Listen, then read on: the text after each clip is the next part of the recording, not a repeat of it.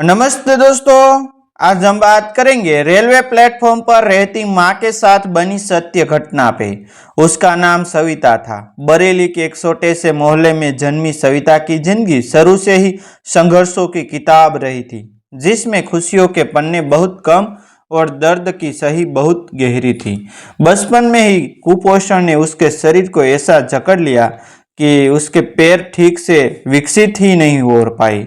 दूसरे बच्चे जहां गलियों में दौड़ते खेलते और सपने बनाते थे, वही सविता खिड़की के पास बैठकर उन्हें देखती रहती। उसकी आंखों में भी सपने थे, लेकिन हालत ने उसे कभी खुलकर जीने का मौका ही नहीं दिया।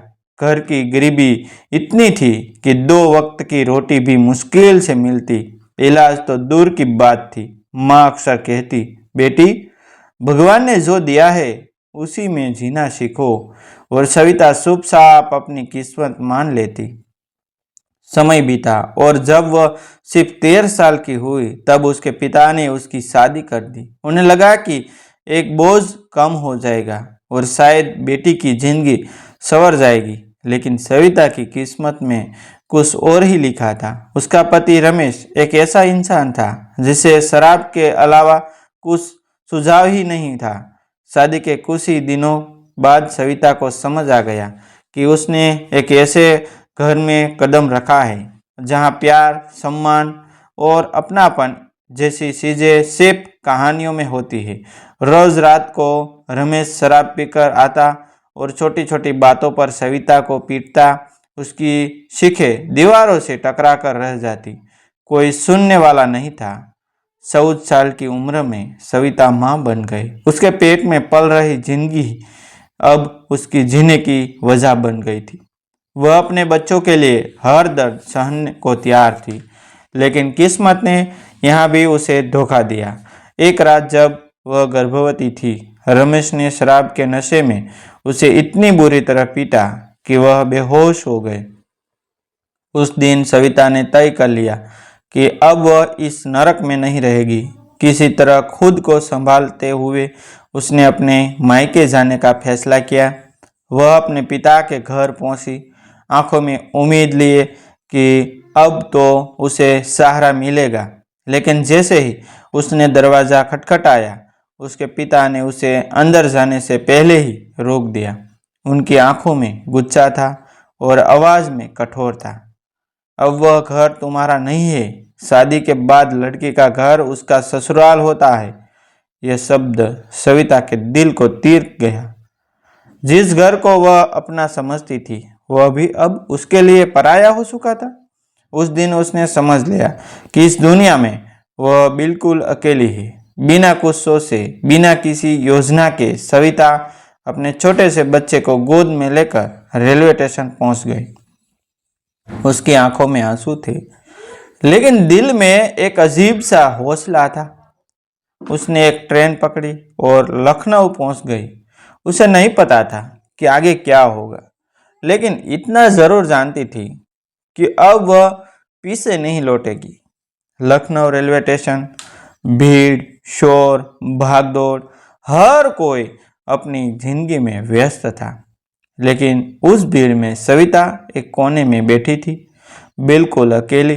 प्लेटफॉर्म नंबर 5 उसका नया ठिकाना बन गया। पहले कुछ दिन उसने लोगों से मदद मांगी, लेकिन हर बार उसे यह तो नज़रअंदाज किया गया या तिरस्कार मिला। कुछ लोग उसे दया की नज़र से देखते, तो कुछ शक की नज़र से। उस दिन सविता ने खुद से एक वादा किया, मैं भीख नहीं मांगूंगी, चाहे कुछ भी हो जाए।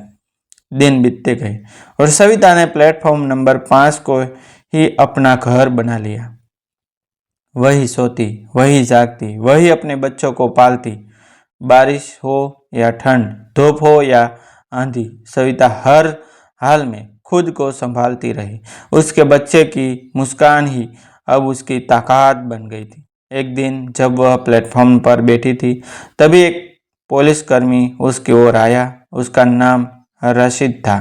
पहले तो सविता डर गई। उसे लगा शायद उसे यहाँ से भगा दिया जाएगा, लेकिन रशीद की आंखों में शक्ति थी नहीं, बल्कि अपनापन था। उसने धीरे से पूछा, तुम यहाँ कब से हो? सविता ने अपनी पूरी कहानी उसे सुना दी। राशिद कुछ देर चुप रहा, फिर बोला, तुम्हें भीख मांगने की जरूरत नहीं है, मैं तुम्हारी मदद करूंगा, लेकिन तुम्हें खुद मेहनत करनी होगी। उस दिन के बाद सविता की जिंदगी में एक छोटा सा मोड़ आया। राशिद ने उसे कुछ पैसे दिए और सलाह दी कि वह कुछ बेसन का काम शुरू करे। शुरू में सविता को समझ नहीं आया कि वह क्या करे, लेकिन फिर उसने ठंडा पानी और कोल्ड ड्रिंक बेचने का फैसला किया। प्लेटफॉर्म आने जाने वाले यात्री को उसने अपना आवाज़ लगाकर बेचना शुरू किया। शुरुआत आसान नहीं थी। कई लोग उसे नज़रअंदाज करते, कुछ लोग मोल भाव करते, तो कुछ लोग सिर्फ देखकर चले जाते। लेकिन सविता ने हार नहीं मानी। वह रोज सुबह उठती, अपने बच्चे को संभालती और फिर काम पर लग जाती। धीरे धीरे लोग उसे पहचानने लगे। उसकी मेहनत और ईमानदारी ने लोगों का दिल जीतना शुरू कर दिया। कुछ ही महीनों में सविता की पहचान प्लेटफॉर्म नंबर 5 की एक मेहनती महिला के रूप में बन गई। वह अब किसी पर निर्भर नहीं थी। अपने दम पर वह अपने बच्चों का पालन पोषण कर रही थी। एक दिन एक समाज सेवी संस्था की नज़र उस पर पड़ी। उन्होंने सविता की कहानी सुनी और उसकी हिम्मत को सलाम किया। उन्होंने उसे एक खास साइकिल दिलवाई जिसमें वह आसानी से अपना सामान लेकर पूरे प्लेटफॉर्म पर घूम सकती थी। जब सविता ने पहली बार उस साइकिल को चलाया तो उसकी आंखों में आंसू आ गए। यह सिर्फ एक साइकिल नहीं थी, बल्कि उसकी आज़ादी का प्रतीक थी। अब वह पहले से ज़्यादा तेज़ी से काम कर सकती थी, ज़्यादा कमा सकती थी और अपने बच्चे को बेहतर जिंदगी दे सकती थी। प्लेटफॉर्म नंबर 5 जो कभी उसके लिए मजबूरी था, अब उसकी पहचान बन चुका था। लोग उसे जानते थे, उसका सम्मान करते थे। वह किसी के सामने हाथ नहीं फैलाती, बल्कि अपने दम पर खड़ी थी। प्लेटफॉर्म नंबर 5 अब सिर्फ सविता का ठिकाना नहीं रहा था, वह उसकी पहचान बन चुका था। हर दिन सैकड़ों लोगों वहां से गुजरते, लेकिन उनमें से कई ऐसे भी थे जो अब सविता को नाम से पहचानने लगे थे। कोई उसे ठंडी वाली दीदी कहता, तो कोई हिम्मत वाली बहन कहता, लेकिन इन नामों के पीछे जो सच्चाई थी वह सिर्फ सविता जानती थी। हर दिन का संघर्ष, हर रात की ठंड और हर सुबह की नई उम्मीद, सविता की जिंदगी धीरे धीरे पटरी पर आ रही थी। साइकिल मिलने के बाद उसका काम पहले से आसान हो गया था। वह अपने बच्चों को साइकिल के पीछे छोटी सी टोकरी में बैठा लेती और पूरे प्लेटफॉर्म पर घूम घूम कर पानी और कोल्ड ड्रिंक बेचती। उसका बेटा, जिसे उसने नाम दिया था अंकुर, अब थोड़ा बड़ा हो रहा था। उसकी मासूम आंखों में एक अलग ही चमक थी, जैसे वह अपनी माँ के संघर्ष को समझता हो। सविता के लिए अंकुर सिर्फ बेटा नहीं था, बल्कि जीने की वजह था।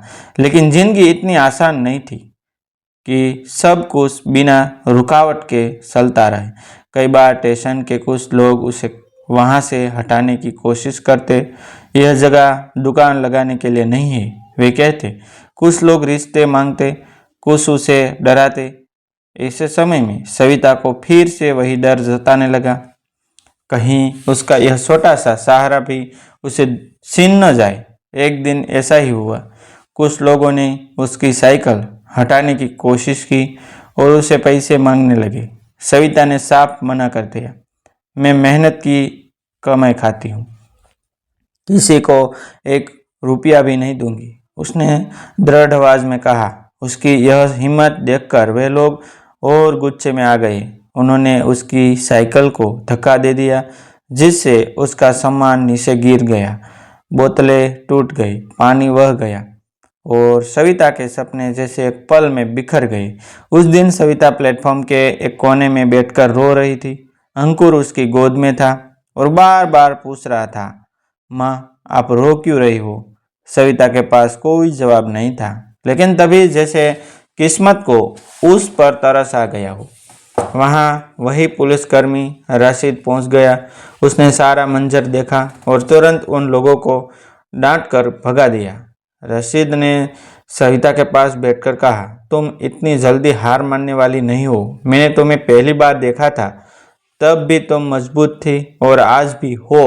उसकी बातों ने सविता के टूटे हुए हौसले को फिर से जोड़ दिया।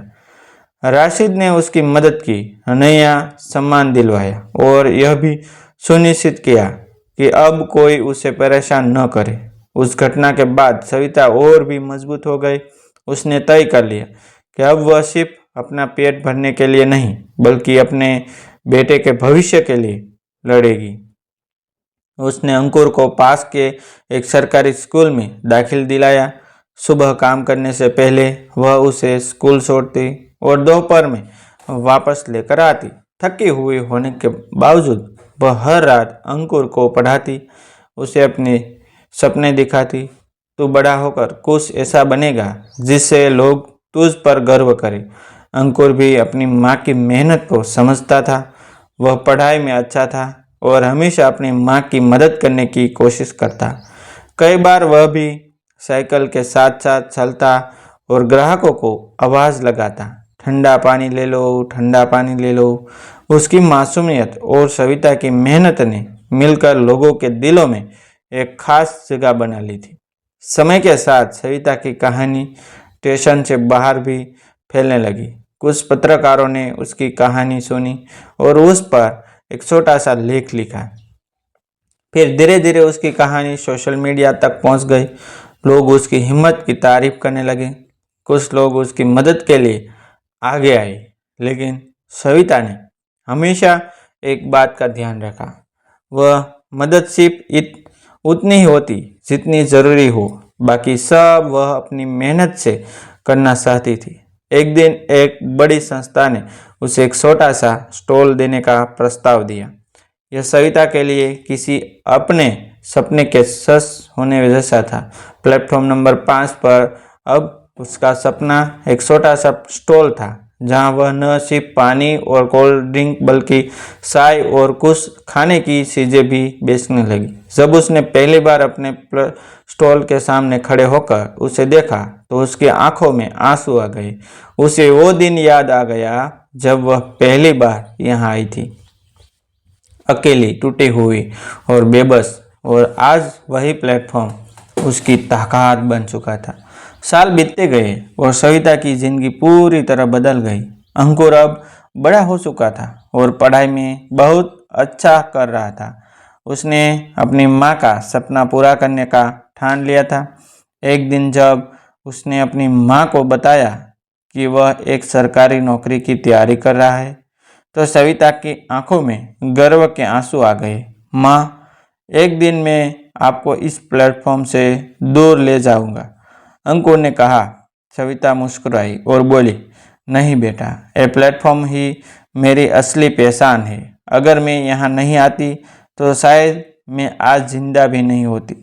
उसकी यह बात सिर्फ एक वाक्य नहीं थी, बल्कि उसकी पूरी जिंदगी का सार थी। प्लेटफॉर्म नंबर 5 ने उसे सिर्फ जीने का सहारा नहीं दिया, बल्कि उसे खुद पर विश्वास करना सिखाया। आज भी अगर आप लखनऊ रेलवे स्टेशन के प्लेटफॉर्म नंबर 5 पर जाएंगे तो आपको एक महिला अपने छोटे से स्टॉल पर मुस्कुराते हुए मिल जाएगी। उसकी मुस्कान के पीछे छुपी कहानी शायद आपको नज़र न आए, लेकिन अगर आप ध्यान से देखेंगे तो समझ जाएंगे कि यह मुस्कान कितनी बड़ी लड़ाई जीत कर आई है। सविता ने कभी भीख नहीं मांगी, उसने कभी हार नहीं मानी। उसने अपने हालतों को अपनी कमजोरी नहीं बल्कि अपनी ताकत बना लिया, और यही वजह है कि आज उसकी कहानी सिर्फ एक कहानी नहीं बल्कि एक प्रेरणा बन चुकी है। यह कहानी हमें सिखाती है कि जिंदगी चाहे कितनी भी मुश्किल क्यों न हो, अगर हमारे अंदर हिम्मत और आत्मसम्मान है तो हम हर मुश्किल को पार कर सकते हैं। सविता ने यह साबित कर दिया कि असली ताकत हमारे हालत में नहीं बल्कि हमारे हौसले में होते हैं, और शायद यही वजह है कि प्लेटफॉर्म नंबर 5 आज भी सिर्फ एक जगह नहीं बल्कि एक ऐसी कहानी का गवाह है जिसने हजारों लोगों को जीने की नई उम्मीद दी थी। थैंक यू दोस्तों, मिलते हैं एक न्यू वीडियो के साथ, एक न्यू स्टोरी के साथ, तब तक बनी रहिए।